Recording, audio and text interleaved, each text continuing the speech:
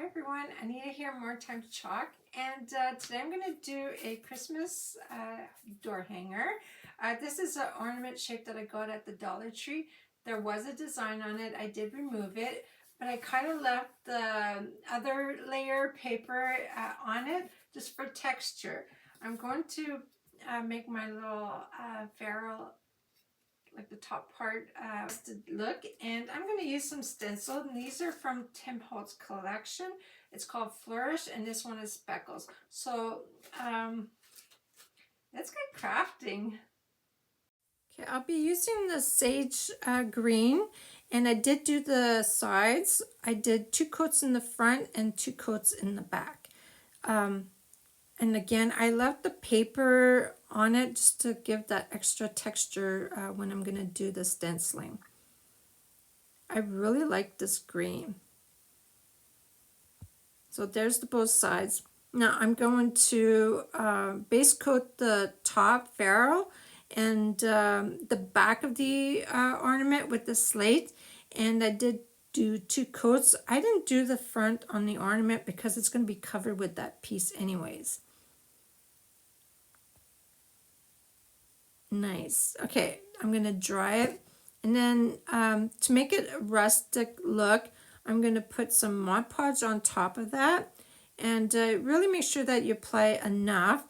And I'm using some cocoa powder instead of some cinnamon. It kind of made it a little thicker and darker, and I like it. Now make sure that you put some Mod Podge in your lid instead of putting your dirty brush back into the bottle. You don't want to contaminate your Mod Podge. And if you put it on thick, you'll get a really cool rustic look. Now I'm going to apply my design with the stencil. I'm using a Stencil Pro dry brush. And when you put some on the bristles, wipe it on the paper towel as much as you can just to make the design look a little soft and not solid in colors. Now I did circular motions, changing direction, and just move your stencil around to fill out the whole ornament. Now I'm going to tone it down using some raw umber, and I watered it down. I'm using the baby wipe, and I'm going to apply it all over the ornament. Now that really tones down the white.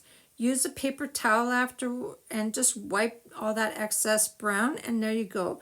What a beautiful age technique.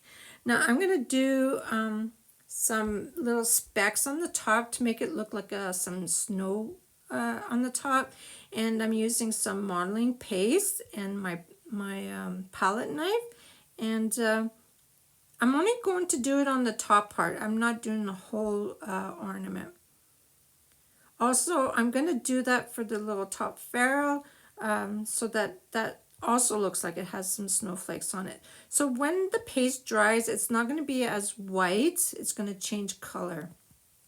Now I'm going to do my bow, and I just had enough ribbon, you guys.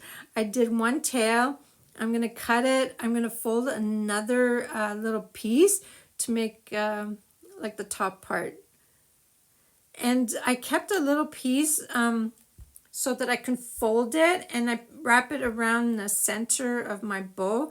That really hides the string that I tied the ribbon with. So just glue it and then just put it all the way around the bow. That makes the centerpiece really nice and easy. Now I'm going to put that all together, and I did decide to use a ribbon instead of that big rope because it was just way too big. The actual ribbon looked better with the bow because it kind of matched. Now I'm going to use some pieces from that swag that I got at the dollar store.